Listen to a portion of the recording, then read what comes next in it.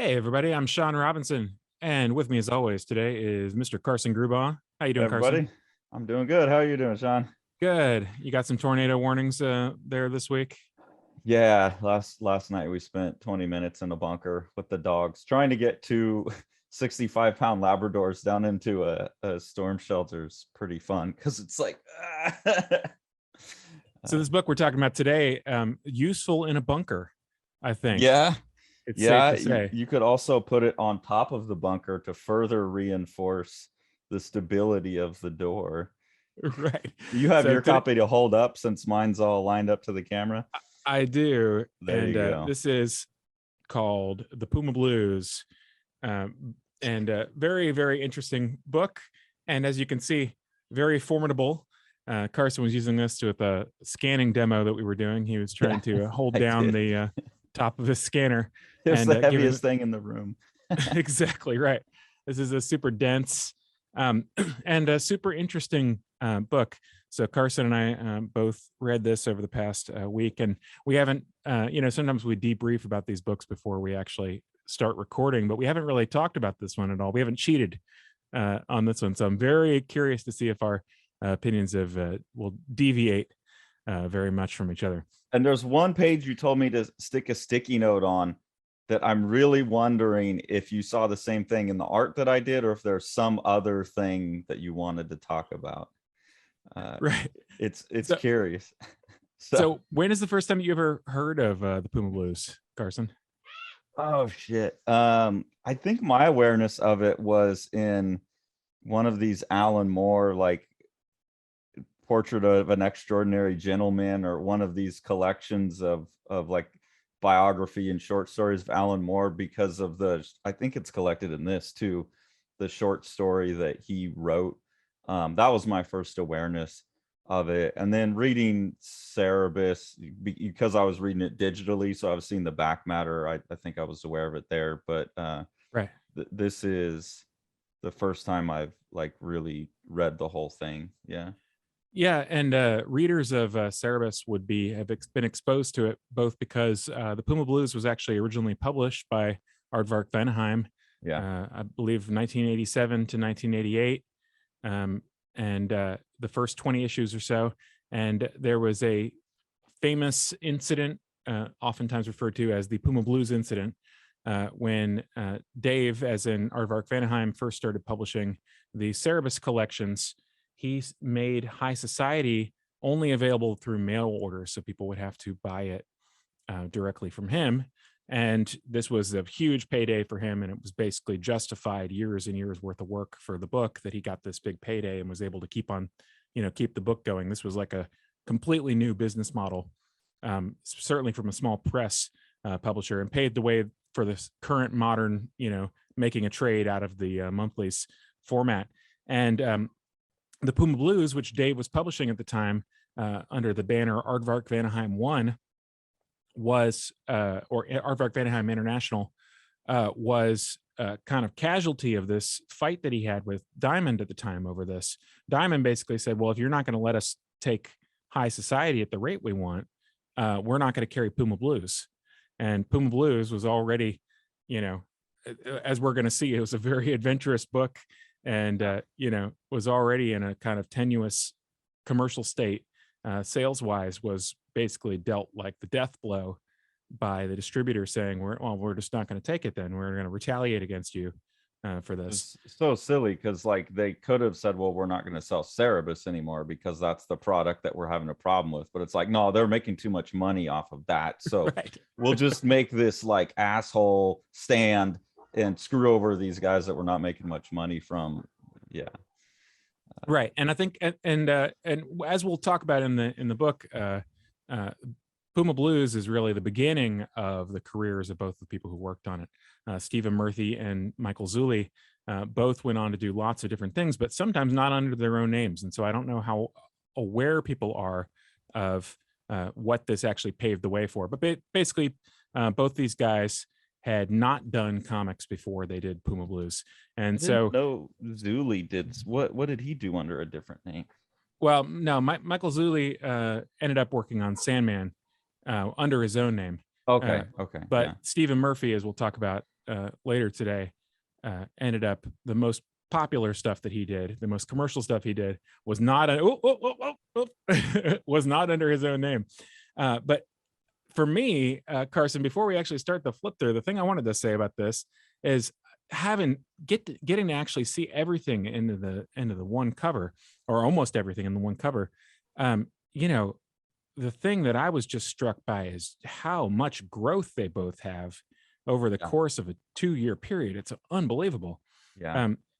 And you know, the early issues, as we're going to see, I mean, are fairly amateurish in a lot of different kinds of ways.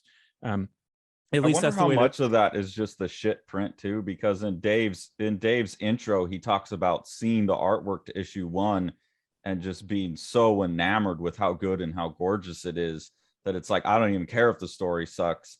I got to print this. Like, I don't even want to be a publisher, but I got to print this.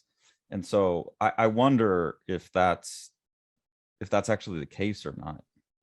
Yeah, and we wouldn't know. So this is an edition that was put out by Dover in 2014, and it's clear to me, looking it over, that everything is done from print copies of the issue. And if you guys have looked at, you know, newsprint Aardvark Vanaheim productions from 1987, you'll know that they were not printed the best. You know, newsprint itself is really a, you know, poor format in terms of line art, and this is done from the printed copies. And you know, so maybe we should start the flip through and actually. And I do wonder, because I noticed it said that this was printed by Preeny, and I know that there was problems getting stuff from Preeny Print and Litho if they didn't even have the negatives anymore. Oh, I'm sure that this was yeah. So we've discussed this a few times before. I think it's safe to say it now. They were under receivership when they went bankrupt in whenever it was, 2003 or whatever. And that when a bankruptcy happens like that, receivership is basically a way to guarantee that the guarantor, the people who are owed the money, will get something out of it, and they'll seize all the assets. Well, those assets included people's negatives, and there. So I have no doubt that these negatives were seized as part of that bankruptcy case. So they just don't have access to it. By the way, when I'm flipping through this book, it's like this gigantic hardbound book. And I don't know about your copy, Sean, but my copy, like, the actual pages are all bound to the book. It won't like roll up into that nice like arch that you get. So it's like this chunk that you can't lay flat, which I find very distressing for a book this size, but that's what it is. Well, and the margins as well, super wide. Yeah, there's some real problems with the formatting of this collection, but you know, it's one of those things where this is what we got. Yeah, and you got to have those wide margins though, because you can't even like bend the pages to get to it. So you got to have those big margins so you don't, I mean, you'd lose like a quarter of the page down into the gutter there if you didn't have it. I would bet somebody at Dover made the decision to print it on this plate, you know, coated paper, because of the fact that they were reprinting from the printed edition. And juice it up a little bit. Exactly. Once you've made that decision, I think a lot of other things are sort of following out from that. So here's the first issue here. And one of the things I was noticing as I was going through is how his lettering here is really rough. It's so hard to read. By the time you get to the end, he's a stunning letterer. He says in here that in something I read in here, it says someone else took over the lettering later, and he said, "Thank God, because I hated doing it." Okay. So, somewhere in here, so they do switch letters. He said he hated doing it. It was Murphy that was lettering it. And he got better, but someone else took over the lettering. But it's rough. It's hard to read, especially since it's so dense, and it's definitely a comic of its time where you have like an illustrator and someone who wants to be writing books, you know, in terms of how the text and the image goes together. Murphy is very much writing literature for like a novel, and Zulli's like doing these intense illustrations, and that that combined with the bad printing and the poor lettering makes it a pretty, even though it's a good story and very thoughtful, it makes it pretty rough going from the beginning. Yeah, certainly. And this beginning here, you get an idea of what's going on. So this is a future story that we've actually now passed the futurosity of. But the setup of it is sort of an apocalyptic kind of scenario where all the environmental problems that people are experiencing now and were experiencing in the 80s have kind of accelerated to the point where to live outside means to wear a gas mask in a lot of different areas. And there's been a nuclear war that took out most of Manhattan. This is all this is happening, or at least it starts in 1997. So you get a sense of how pessimistic Murphy was. Yeah. And the main character lives in a wildlife reserve where he, as we find out, limes the water in order to keep the fish population up so that the animals have something to hunt. And he himself chases these rare animal mutations and fires a gun at them that transports them to, we find out, a place in China where they can be isolated and studied. There's these stingray, flying manta rays, which make note of this for when we talk about the Ninja Turtles, because Murphy obviously has some kind of love for manta rays. Affinity, yeah. Yeah. And almost fetishistic. It's interesting because like all these they're trying out a lot of different things in their early issues, and they're really sort of poking at a lot of different science fiction tropes and sort of pessimistic fiction. There's a political assassination, rock and roll music, nuclear warfare, and all of it kind of thrown into the same stew. And here you get that super 1980s, like New York punk rock, grungy view of the world. And a lot of like class consciousness too. You see that the different classes of people, and it's amazing how ambitious the first couple of issues are too. And I don't know, you can feel Zulli kind of, the artist, kind of straining at some of the things that he's called upon to draw. This attempted political assassination, and but interestingly, every issue you can see them shedding some of the things that weren't working from the previous one. Yeah, I was gonna say, I think you can feel Murphy straining against the ambition of it too, and that as it goes, like he whittles away down to his more core interests as well, probably. Right. And that makes an interesting read, but also a little bit uneven. And I think the final chapter of this was completed close to when this reprint happened, if I'm correct. Yeah. So there's a big jump and change in opinion too. Yeah. Yeah. It's we should talk about that when we get to it. But yeah, it's interesting to see the sort of struggle with how much of this is going to be a genre piece, and how much of this is going to be sci-fi prediction. Here's the intense. Yeah, everyone else departed 23 minutes past the final hour.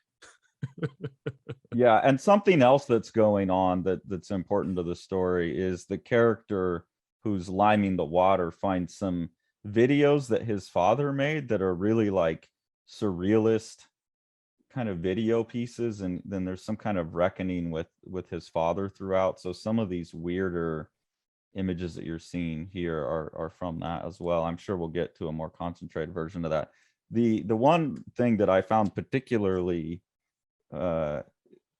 interesting from a visual standpoint in terms of predicting the future was this page here, where you have the characters falling out of the buildings in New York. And then people witnessing them from the window. Yeah. Obviously reminiscent of 9/11 in an odd way. There is a lot where you're like, okay, he was definitely at a certain point at least kind of a homing beacon for some of what was coming. Yeah, uh, tapped into something. And yeah, there was a lot of anxiety at the time. It's weird to think about the 80s as being more anxious, a time of more anxiety than now, but I think in some ways it's definitely true. We've just sort of ramped down the things that we're anxious about now. yeah, yeah. We're just as anxious about less. Except in the Um, 80s they partied it out too, like now we're so tamped down. I think I've been noticing that. I mhm. think we're going to see another explosion like the 80s again of a party culture pretty soon. So But this is maybe that's why part of it feels less, even though there's more to be anxious about, potentially, like it feels less so because there was this other outlet for it that we don't have now. right.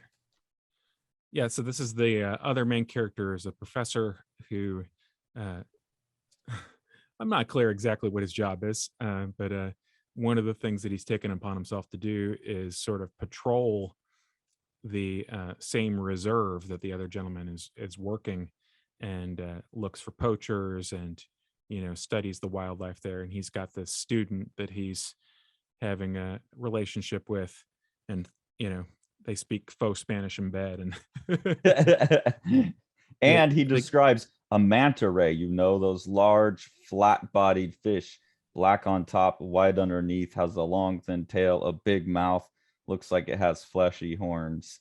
And I had to point that out because I'm pretty sure he uses that exact same description again in the Ninja Turtles or something very right. close. Uh, We so see a yeah, little and bit. Go sorry, ahead. go ahead. No, go ahead. I was just gonna say him and the government employee who's out dealing with the lake meet up and interact. Um, Right. and that seems as it starts to whittle down to be more of the main interaction is between their kind of two views coming together. I think my big takeaway is as he whittled down the narrative a little bit, he became more interested on perception and issues of Hmm. that's my takeaway from the book. And so right here it says, but gradually the world lifted away, intellectualizing, giving way to perception and being. And that seemed to be a huge concern, is this shift towards immediacy of perception and being. And like, I don't know, I imagine him reading like Heidegger and a bunch of phenomenologists and stuff and being Hmm. really interested in that, and the barrier that mankind has put up by becoming an intellectualized linguistic animal. I Right. think he's trying to, in comics, imagine that being stripped away and is juxtaposing that against the dangers of Hmm. intellectualization. Um, Yeah. It's interesting that you keep on talking about the stripping away of some of the stuff, because the first two issues sort of have a young man's ambition, where you think your comic is going to tell every story yeah, simultaneously, and then they gradually sort of settle into, okay, what is it that we're doing that's successful? Like, what is it that we can do with this weird format that we have? It's really inspiring to me to see all the different things they're trying out. Like on this page, you got grease pencil for the background. You can yeah, you can tell that Zulli is definitely an accomplished draftsman and painter, or some other kind of like medium other than pen and ink, because you can see him try out lots of different ways to sort of get these gray tones and the sort of modeling that he might want to do, and is not satisfied with, at least with the reproduction that he was getting yeah. uh, from the early issues. Because as you're going through the series, you see him try out all of these different techniques to try to arrive at something that is gives him a sort of more painterly surface, and B, is a little bit, you know, survives the reproduction, let's say. Yeah, and I'm not particularly, like Dave kind of went on in the introduction about his beautiful line work, and I've never liked Zulli's line work. It is when the technology evolved for him to do penciled work like he did in the Sandman issues and at the end of this book that you're like, that's what he's been wanting to do the whole time. Like he doesn't seem like a Barry Windsor Smith pen and ink guy to me. And the Yeah. animals a little bit more so, but the Well, human figures let's. are I think that the very last issues of the actual series, I think he finally hit it, using the duotone and using a Yeah. much blunter pen line. I think that he really nails it. But yeah, it's certainly not. You could just see a lot of flexibility, and then I love this. The cliffhanger is like, wait, I gotta go to the toilet. Uh that's the cliffhanger. So if you ended an issue, that's what you'd end on, is like someone's telling a story and he's like, hold on, I gotta pee. And then it's like a month-long toilet break. well, Um, then the ducks are flying through the sky, and the eagle comes down and kills the duck. yeah. It's like Oh, it's a really weird, like the combination of words and pictures is strange in this too. Um because they obviously, both of them are so much more interested in the nature. Like right. Zulli's animals are amazing, his people aren't that Yeah. great. And this issue here, the Empire of the Senses, then you go on this like, okay, hold on, I got to go take a piss. There's going to be a cliffhanger, and then there's almost like a interlude issue where the guy's taking a piss and the student is reading something, and you're mostly paying attention to the animals, and and then you finally get him coming back and finishing his story like a whole issue later. So I think that's funny. But this issue to me is the best one in the series, because this is the Empire of the Senses, is where he strips down to uh the phenomenology stuff, the trying to represent the presentness of animals versus humans. But they totally fucked up and put the all of the sounds outside of the panels, which to me divorced. And that had to have been intentional, like that divorce of the image and words, that they were Yeah. trying to represent something about the experience of being an animal in that. But to me, it like should have been integrated, like a Paul Pope, where the noise becomes part of the environment, would have worked Yeah. better. Do you think that it was just because of their division of labor that it happened that way? Or yeah, it's an interesting. Yeah, but look at this. It's like so focused on, okay, sound, vision, Mhm. and it seems like in this rhythm. Um, This is also a good example of something that you know is a masterful pivot when you realize, oh hey, the guy that I'm working with can draw animals like a beast. Like, yeah. well, guess what? Time to do a silent issue where you're wandering around the nature preserve and you see the conflicts that are there. You know. Yeah, Um, to me, this is like what the series should have been. Really, I think. it's yeah, super strong. Um, by the way, it's worth mentioning. According to the outro, this was a real place that Stephen Murphy would wander around and Mhm. apparently spent an awful lot of time in. And I mean, I think that it's obvious that that informs the entire thought. And apparently, even the title "Puma Blues," the idea was that he was always looking for a puma while he was out there because this place had been so ravaged by acid rain that even though it was natural habitat for them, they weren't there anymore. Wow. I mean, it has that sense of like, well observed. When you go into Yeah. nature, it's, but when you go to the people, then again, to me, it just kind of falls apart. And I think this is the guy coming back after having urinated for a whole issue. Uh, Right. they had to outdo the 3-page piss scene in Cerebus. So I don't know. I think that's, we both tagged this page. I'm curious what you tagged it for. I just tagged it for like, who the hell's this guy? Where did this come from?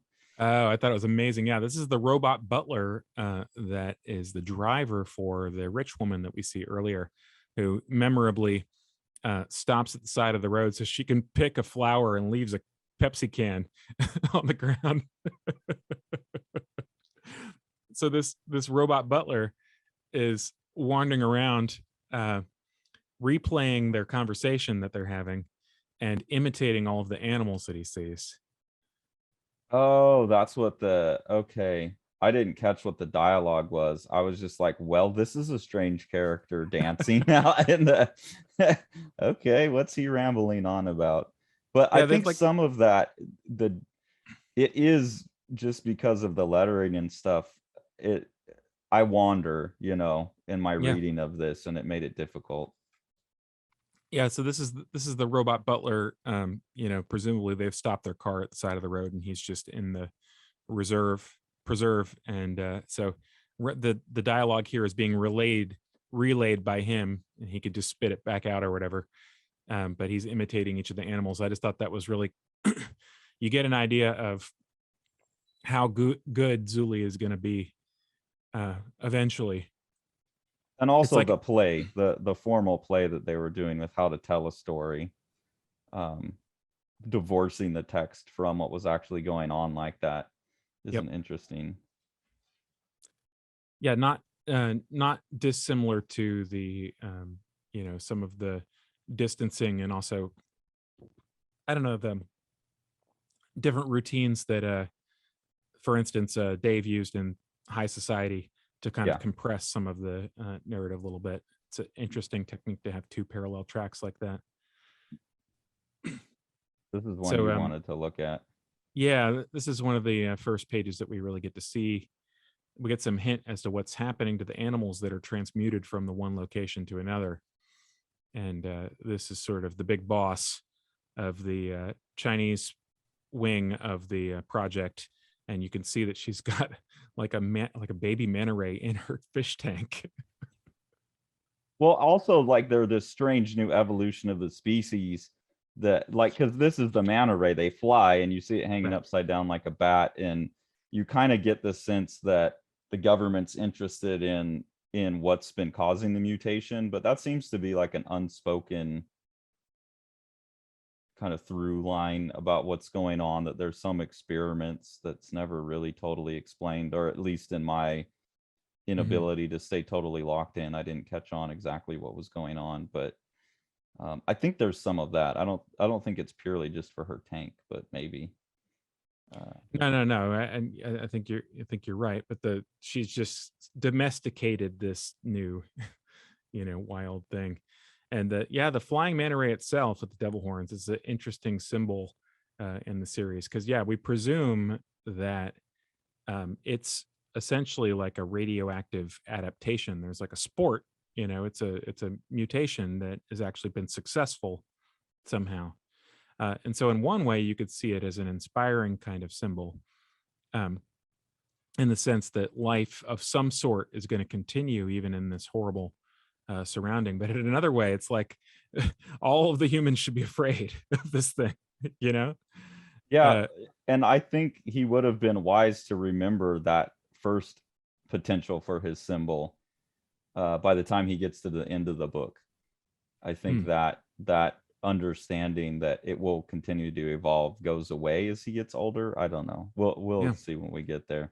I like this. They're talking about the AIDS virus, and I thought, wow, it looks like a lot like the COVID, which I know has been. Hmm. They've talked about some of the vaccines. Will cause initially they'll cause a reading of you have HIV, even though it's not giving you HIV. It's just because of the way the spike proteins work is similar. Interesting. So it was weird to see that drawing there with the Yeah. sphere with all the little spike proteins off of it. And this is some of his dad now doing the cut and paste imagery. This is one you tagged. Yeah, I just thought it was it's one of those images where I stared at it for about 15 seconds without actually comprehending that I was looking at oral sex. Um, it's Essentially just a really between an adult and a minor. right. Two men anyway. Um, Yeah. but it was just I thought a really effective composition, because I think most of the time you think about something that's really drawn really well or designed really well, you think that you can just look at it and understand it immediately. I think it's another layer to make something where you look at it and are confused by it, but then it immediately you know, comes into form when it's clear. Like Yeah. I reading a little bit of the text and realizing what they're talking about, and all of a sudden it pops out, and you're like, oh yeah, that is what I'm looking at. Yeah, he's going on about AIDS at this point. Also not helped by the fact that, like, a whole eighth of the art's lost in the gutter. Right. But this is his dad's mixtapes that he makes where he's like splicing together.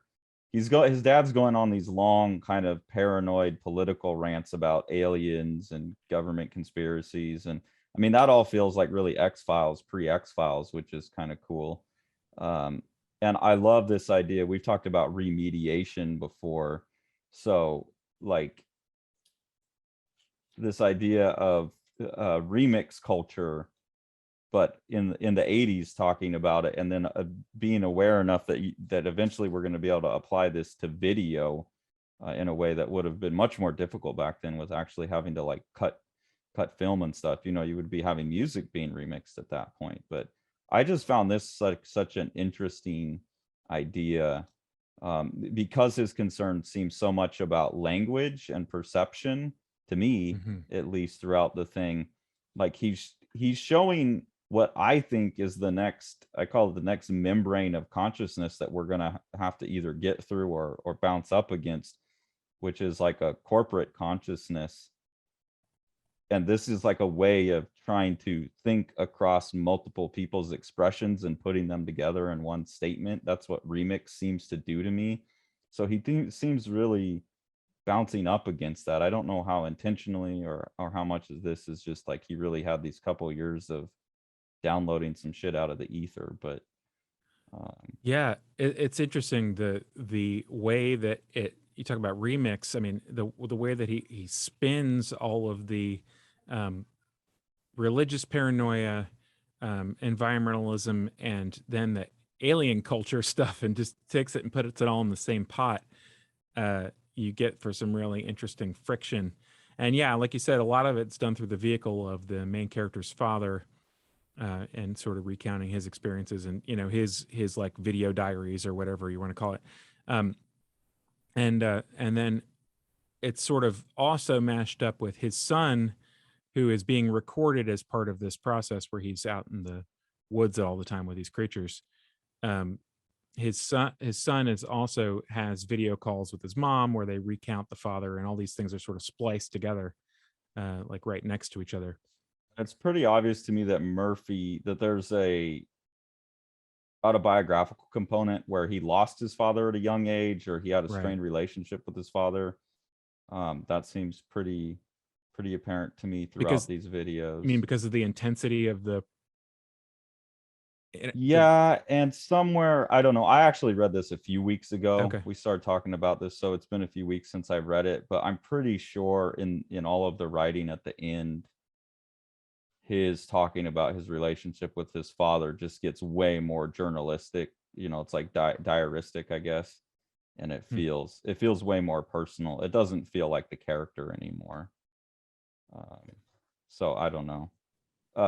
But yeah, on this page where I was talking about that membrane, I wasn't even reading the dialogue, but he said, the text says, and so we, nature, adjust, adapt when we can, and if not, well, there comes the passing of one age, the beginning of another, be it ever so clear. And I think he really is trying to figure out, like, humanity has reached some end of our communicative abilities, and we're either going to disappear or it's going to have to evolve into something else. And this book feels like an attempt. There's all these experiments with like different ways to communicate, and I think that there's something there that they're doing. Anyways, what did you think of the hanging, the Superman and Darth Vader? I just went right over that.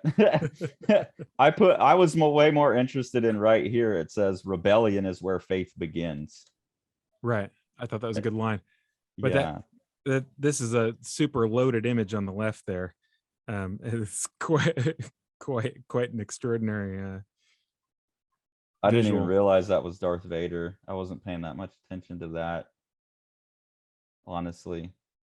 Darth Vader at this point, I was reading more. I was more interested in what he was saying with the reading, because there just seemed to be philosophy that I'm interested in, that he's interested in. Yeah, I totally.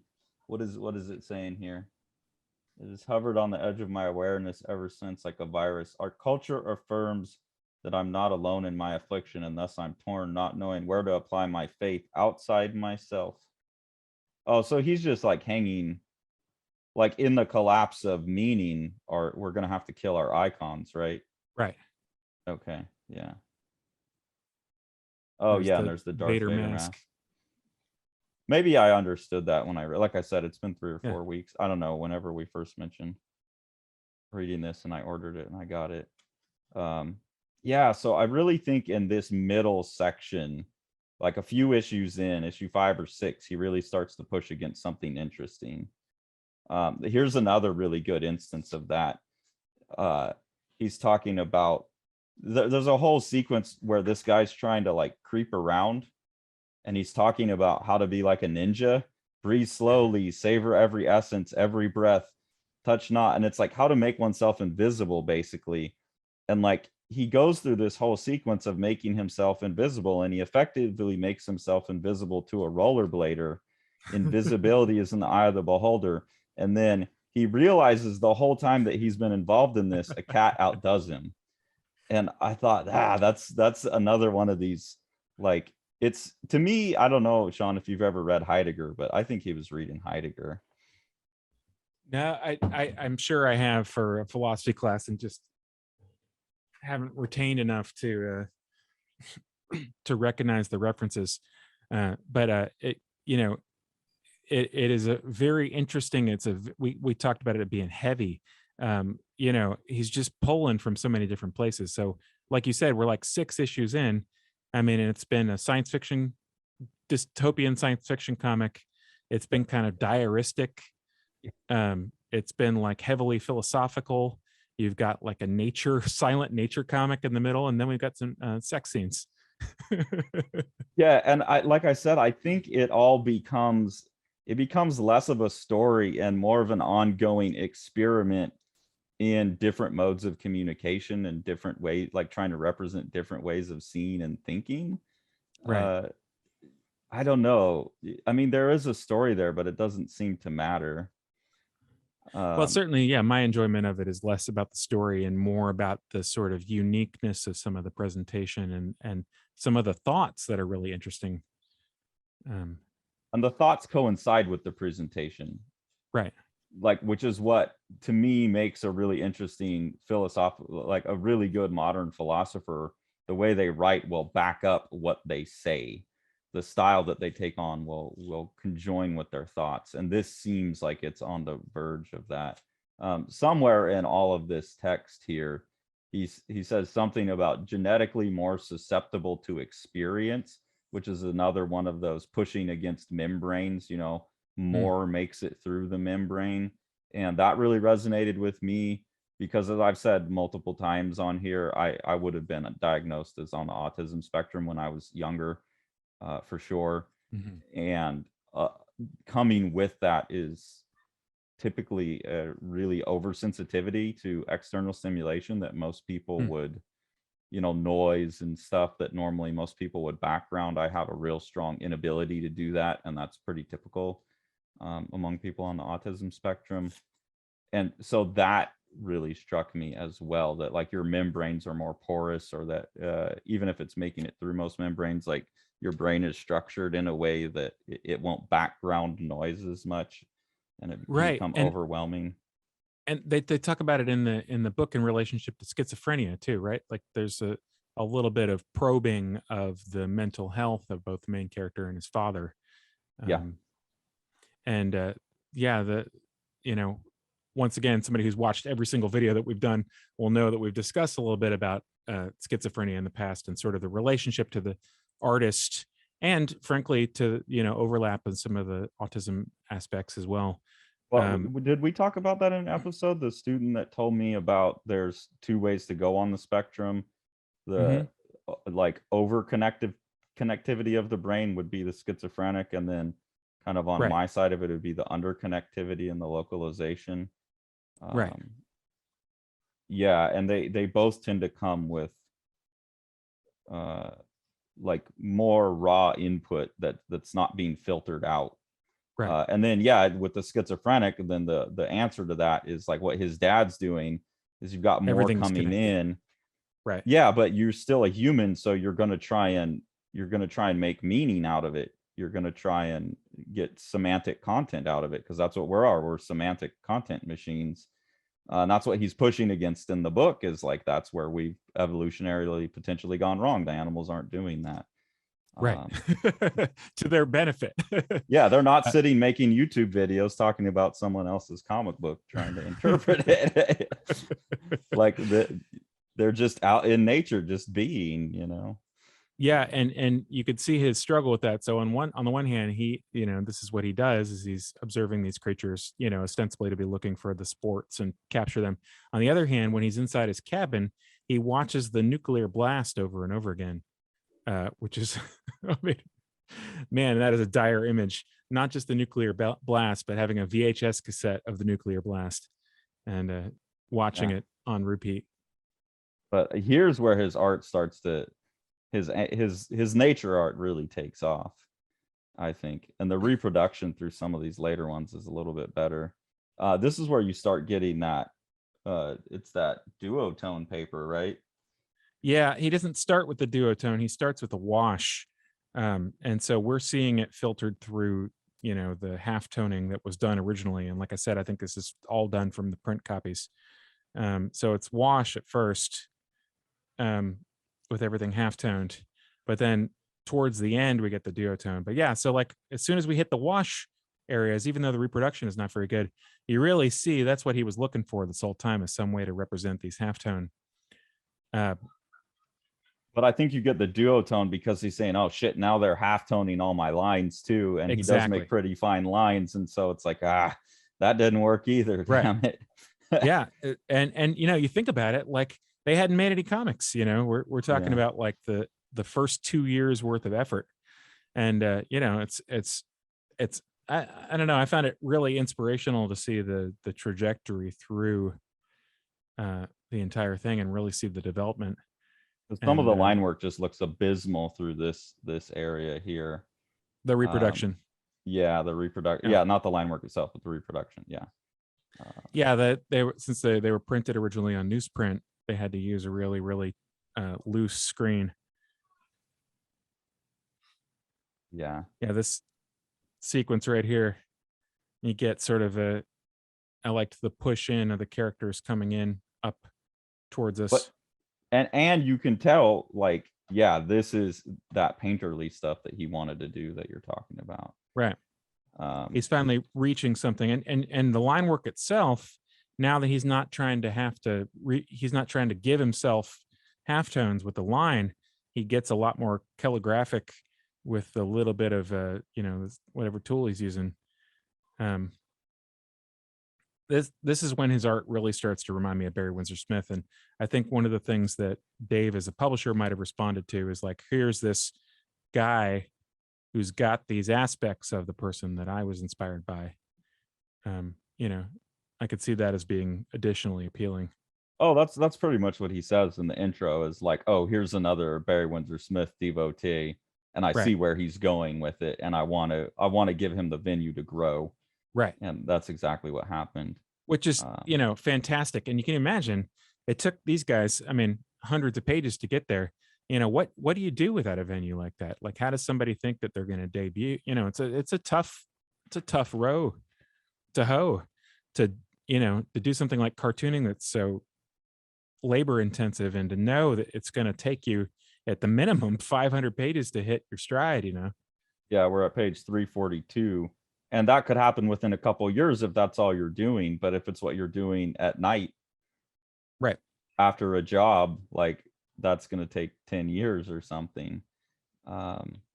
Here's another one, just a little bit of dialogue that I like that goes into my whole kind of read of what he's up to. First priority is to see and record, and then to structure and interpret. And that's the human, right? We see, we record, and then we structure and interpret.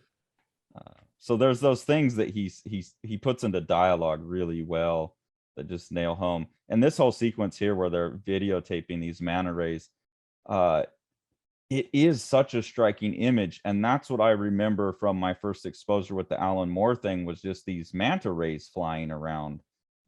And something about that and the way they compose with it, like you say Puma Blues to me, and even though I'd never read the book, I had that image burned in my mind, like so starkly, of just the style of his art and the nature and the uh, and this whole sequence right here also really striking how they use the outside tier and the inside tier against each other, and so some of them it's obviously they're on the same track, and others they're like simultaneous tracks, which I thought was a underused. I think that's an underused strategy. yeah, and it's like doing it's because they really set it up so that you don't read it like this, you read it like this and then like Yep. this, because they're doing some like gestalt grouping things there. I mean, you can, and it will cross resonate. Something that kept coming up for me in this book too is anytime I see these older books that have documents in comics, which I always love, but they've got actually like cursive handwriting, I Right. wonder if this is a barrier to reading for a 20-year-old today who didn't learn cursive growing up. I've always wondered that. I've heard that from teacher friends that that's the case. That cursive is basically totally impenetrable to somebody who's that young. You know, if you're watching this right now and you're 21 and you're gnashing your teeth and throwing stuff at the screen, let us know. But yeah, Yeah, it's it's an like interesting thought. unrecognizable because some of the letter forms don't even look close. And I've always wondered about the danger of that. That seemed like such a safe thing to do then. But now that we don't teach cursive, and I'm actually on board with that, I don't think we need to be teaching cursive anymore. It seems like there will become some documents that, even though we're writing in the same language with the same syntax and grammar and spelling and everything, just the form of the letter will be a barrier. Oh, I even made a note. Duo shade to solve WASP issue. Right. Yep. Even without talking to Sean. And it's a really weird, like pencil-y looking application of how he uses it at first. Like it looks like a marker. Yeah, he's trying out different stuff. Yeah, Yeah. and but you can see that like as soon as he hit with okay, I've got to get some type of halftone in there, and it just takes a huge leap forward.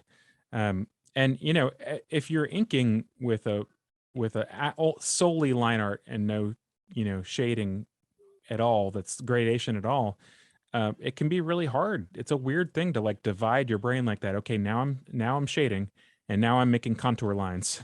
you know, um, and like just having it be a second step like that really solves it um, in a fairly significant way. Here's another really they're playing with visual polyphony throughout this whole sequence, which I really like. This whole issue here where there's like this weird panel border growing, and you're hearing like information from all over the place, kind of all voices coming in at once and images.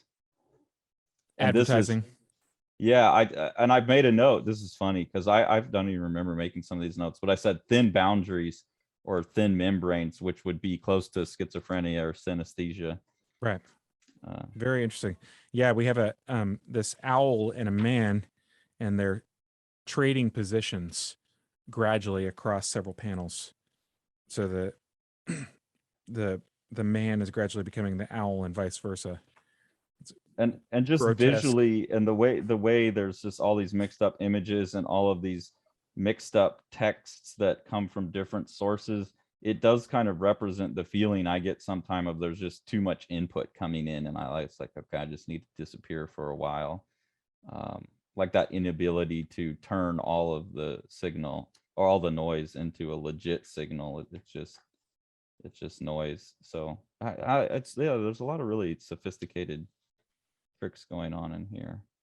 And I think a lot of things to steal from if you're a Oh comics yeah. maker. Yeah. I mean, basically, by the time we get to this point of the book, we're now, 300 and what page are you on? 390. 396. We're basically 400 pages in. All of a sudden, we've got like a fully formed book that is somewhere between poetry and philosophy and like a sort of fine art piece hanging on a science fiction hook. Yeah, and it's the It's the form expresses the philosophical ideas that's so compelling. Okay, here it is. Why did you tag this page, Sean? I have to know. What's the page number so I can look at it all at the same time? 421. Okay. Or is it just because they're smoking on page 420? No, it's 421. It's the self-regarding hand. This is just something that number one, it's a fantastic drawing. Obviously, Zulli has drawn his own hand as a reference for this. Number two, all of these lines are very compelling to me. Number three, you've got this light dusting of ink spray on it. And number four is just something about the self-regard of the hand like that you talk about well observed. Yeah, it's not So because he's funny. giving a This is the exact opposite that I tagged it for. I wrote Todd McFarlane hand. Oh, that's To interesting. me, this looks exactly like Todd McFarlane drew it. And I swear to God, Todd McFarlane looked at this panel and based his whole style off of it. I was hoping that that's what you're saying. Okay, so you like all of this stuff, it looks like Todd McFarlane to me. He filled in on issue here. I just, they're getting high and they're having sex. And he's laying in the darkness looking at his own outstretched hand. It just seemed like, talk about well observed. Yeah. I wonder if they realized that they were on page 420 by the time they got to them getting high and fucking and looking at his hand. They might have. There's an earlier page where you could see there was like a pencil indication underneath one of the halftones that accidentally reproduced, and I could see that they were keeping track of what pages they were on the overall. Yep. Okay, then they knew. That's it. I hadn't even noticed it until right now that was page 420. Yeah, but they're talking about that. That's all they're doing, getting high and having sex. I'm curious how many other people see Todd McFarlane in that, and how many people see a well-observed stoned hand. Yeah, that's exactly it. And then, man, by the time we get to the true duotone right here, this is when it starts to seem to me like, oh shit, like if they could have started the book right here, like if they could have just renamed their book and started right here and then ran for another 2 years, this would be a book that like would be everywhere and would be talked about as a great, graphic novel. And Zulli went on to do some like Eastman and Laird Ninja Turtle stuff, right? And he was using that technique on that. Right. And these are actually published. These issues were actually published by Mirage. So I'm sure it's somebody at the studio, at the Mirage studio, just said, hey, dude, like get some duotone. You can have the best of both worlds. You don't have to, paint on your art with watered down India ink and then have all your lines turned into little dots. Yeah. This is just, I mean, part of it is just that obviously we've got like a different kind of narrative all of a sudden. Yeah, I was going to say, unfortunately, this is where the story falls apart in my mind. Right. Yeah, and that's and whether or not this is falling apart or whether it's just totally pruning it down to just the things that they're actually interested in, I'm not really positive. It depends on your point of view. But this is the part where I started saying to myself, man, if I could have a comic that looked and felt like this for the entire time, this would be, this is really, it's a tremendous amount of growth from two really young people. So I mean, I think it's really well worth picking up. But as far as like the quality, like this is all of a sudden when it's like, it's really singing. Art, yeah. Oh, whoa, that's getting extra pornographic. This page is, yeah, you tag this. I love this too. The abstraction in that. Just really, really wonderful. The road as map, and it's a literal road, and we're looking at it from such an elevation that it almost looks like a map, and it really just all of a sudden feels like the most beautiful, flat down video game you've ever seen. Yeah. But at like I said, at this point, there. It's no longer exploration to me at this point. It's more of like, because there's a time jump in all of this too, and like he's now in the future, and like I don't know, it's just a lot more exposition, and he goes back. This is where I was wondering, like, so really the only part that was produced new for this volume was where they go to pencil, because to me this felt like this must have been more recent too, because this is where all of a sudden it's like a journal, and he's talking about going to an old nuclear site. And this is the two Mirage issues.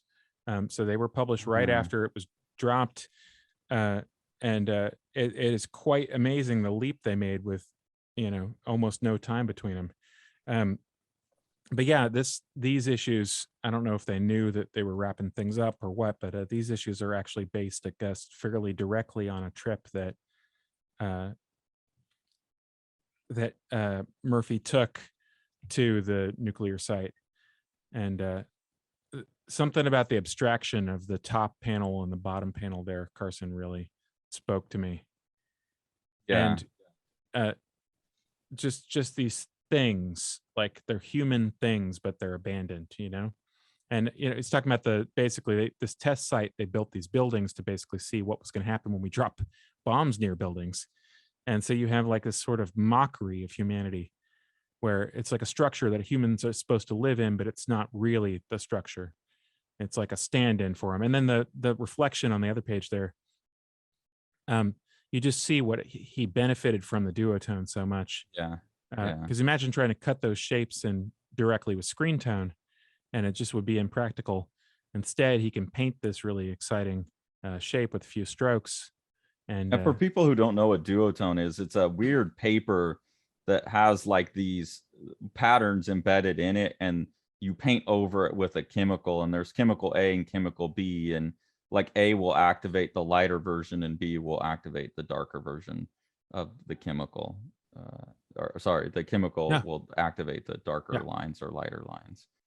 So it's kind of like a built-in crosshatch pattern, or in this case, it's a crosshatch pattern. But I think you can get them in different patterns. It's like an old school art technique. And unfortunately, it's like years after you would have made it, it turns into this sepia mess that's totally reproducible. If you want to see that, the Frank Miller Ronin artist edition has some what the duotone looks like now. It's pretty bad. So even like this art would have been hard to recover, I would think, from you would have had to have done it from the negative or from the print edition, which is what they did, I think, here. Fortunately, the Mirage issues were printed on better paper, it seems, because this looks an awful lot better. And so here comes there's a part of that narrative talks about Oppenheimer, designing the bomb and thinking about the repercussions of it, and talking about, are we going to be the four horsemen of the apocalypse? And that's where it gets just kind of, I don't know, preachy to me in a way that's cliche and uninteresting. Like there's so much back and forth and experimentation in the early issues about trying to imagine it both ways, and then here it's like the whole time he's just been like, well, I was always intending to say like, fuck humans, we suck, we're gonna ruin everything, and then he just like leans really heavy into that, whereas it seems like there's more room for interpretation in the early issues, and then that's really further reinforced. Like I guess there was only one issue that didn't get made that now 20 years later they're going to go finish, and oh my god, do they want to wrap it up and get it all down on paper. So this is the lamentable final act, where we get an attempt to wrap things up, but really I would say it's a fairly perfunctory attempt, and nothing is really nearer the level that it was prior. Nothing Well, the really looks pencil art, you can tell like Zulli's gotten way better. And now that they have, I can do it in pencil and get all the complex shading that I want, you know. well, whether that's better or not is, I suppose, a matter of taste. Um, But you can it, see like the thing that you're talking about where he wants painterly value ranges. Like when he has a process that allows him to do that, that's where he's going to go with it for sure. right. But We it have, just gets like, well, I don't know. It's just like Murphy reflecting back on what he was trying to do with the series as a young man. And right. then like he's even more bitter about it all. And like realizing which predictions he had that did come true and which ones that didn't come true, and like wrapping in real world stuff that Yeah. doesn't quite make sense given that that was supposed to be 97, was in a totally different world than us, but now we're like in Occupy Wall Street. And I mean, some interesting stuff talking about Cerebus where you get like these chimeras. Uh-huh. And I like that, like a book by C.S. Lewis called The Abolition of Man. And he says that, you know, science has always been about man's conquest over nature. And at the very moment that man conquers nature is the exact moment when nature wins, and nature, you know, wins the battle finally. Because we'll just kind of write ourselves out of it. And so images like this are really interesting to me. The David Bowie chimera. Yeah. Like that we're just going to become so malleable potentially. Like when you get complete control over science, it's potentially so malleable that you're not even human anymore. And so nature wins again. But I don't think Murphy sees that. Yeah, and he just has a weird idea of like progress, this very hippie Zen. He's trying to go into like being Buddhist, accepting everything, but he can't do it. He's like trying to teach you how to be a good Buddhist and just accept it, but he can't do it, and he has to like reject mankind in the end. And then you get to, I don't know, how did you feel about the ending here? I mean, I don't know. I mean, I felt the whole sequence is fairly deflating, and I kind of would have rather it have ended with the historic portion of the book as opposed to trying to apply. I don't know. I think the text dominance of the end here speaks a lot to. It's just like this weird political rant, and it's not any especially for how thoughtful and philosophical the early stuff seem. It just seems like a standard political ideology. Like another thing that stood out is like he's sitting there and he's like, to those pockets of humanity that survive and who might read this, I have one bit of advice: leave the girls in charge next time, boys. Like it's like men that fucked it all up. Like women don't also have all of the same human foibles that, you know, it's just that like trite kind of political views that I just think are so ignorant of like what human nature actually is. Yeah. And then like, I don't know, he finally finds his puma, right? It eats him. And it eats him, and he's like, oh, I don't blame you. And then he goes into like this whole fucking Carl Sagan like zoom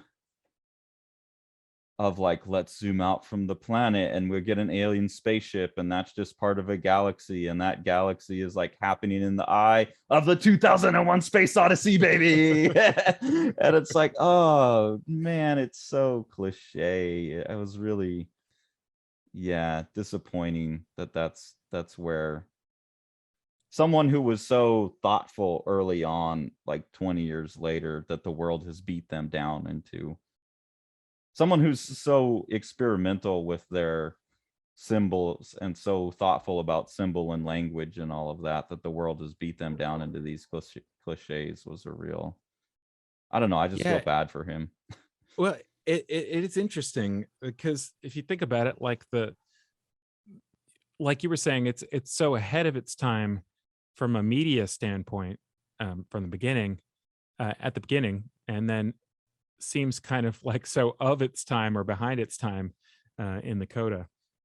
Yeah, It is a really interesting contrast. Uh, so then you got a one more story here.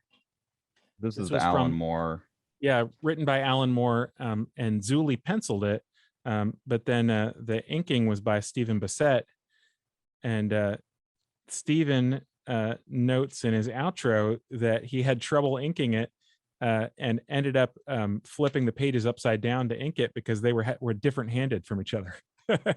Yeah, because Zuli's left-handed, right? Right. And so you would have had a breeze inking these, which is something we come back to a lot.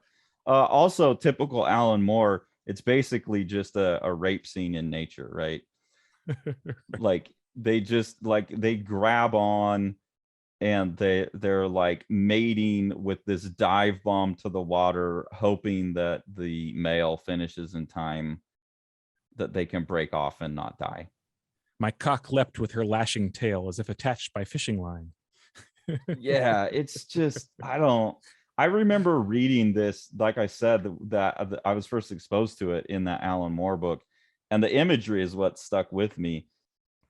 And I remember being like, I have no idea. Like I at that point in time, I loved Alan Moore, and I was like, I don't know what this is about. And there was some like academic essay to go with it, you know, like interpretive academic lit crit crap, and I was just like, oh my god, I don't know. And then there's some other story at the end here. So, anyways, it's an interesting book, and you know, it's too bad that the production is what it is, but I get that. It's really too bad that the actual physicality of the book is almost impossible to hold and open and read because it doesn't flex. And it's really unfortunate that what I think is really quite smart and thoughtful experiments in philosophy and comics just turns into this cliched, depressed old man. Yeah, I can't quite imagine what it would be like to try to write a capstone of something that you did in your early 20s. You know, when you're in your 50s or 60s. Definitely a tough challenge. Um, and you know, we're going to be looking at other Stephen Murphy stuff in a bit here in another video. And at some point, it'd be fun to look at some other Mike Zulli stuff. Those of you guys who have read Cerebus have seen at least 2 Zulli drawings, because 2 of them appeared actually directly in Cerebus. He drew a portrait of himself because there's an M. Zulli, a character who's named after him in Cerebus, and he furnished a drawing of that, which is really a lovely, quite accomplished drawing. And then Dave stole, with acknowledgement, a drawing of one of the flying squirrels for an issue of Cerebus as well. Oh, I thought those were Dave's, because Dave likes to be a style mimic, so I thought he was just trying to do Zulli. He just admitted he couldn't. Yeah, exactly right. Yep. He said I can't do it. So, but you'll see if you compare them side by side that Dave ramps up the rendering pretty heavily. Yeah. But yeah, the flying squirrel sequence in this book is really good. I would really recommend you know, pick it up, especially, you know, it's out of print, but I think there was a million of them, because they seem to be remaindered. I bought mine for just, you know, $12 or something like that. And yeah, it was super cheap for like a 600-700 page gigantic chunk of a book. It was pretty cheap to get it. And there's definitely a lot to be stolen from, in my estimation. And you know, it like you said, it's not a graphic novel. It doesn't hang together in the sense that you're going to sit down and read it in one piece and feel like page 1 connects to page 500. But as far as an evolving series that showcases the different talents of the people involved, and how they developed over a 2.5 year period, I think it's a really interesting read. Well, and I think a lot of stuff, even though like I'm like super critical in a negative way of the end of it, a lot of things that provoke me to think more deeply. It doesn't really matter if the whole thing holds together or if I like the ending. or something like that. This is a book that really made me think in a lot of different, different avenues as I was going through it, and even digesting the path of someone, how they get from point A to point B philosophically, which is one of the things I think so interesting about Cerebus too. Whether you like where someone winds up philosophically or not, having a record of the path there is a particularly interesting document to have for anybody interested in these kind of thoughts. So I buy it. It's definitely, especially at the $12-13, and it looks impressive. And if you need to ever scan a dollar bill, you put that big bad boy on there, or kill an intruder. Yeah, and another, if you want to kill an intruder and you want perfect reproduction, and also a very strange journey through a thought process, go out and grab The Strange Death of Alex Raymond. It is still out there and available. Another multi-year project that you might angrily shake your fist at the last segment of.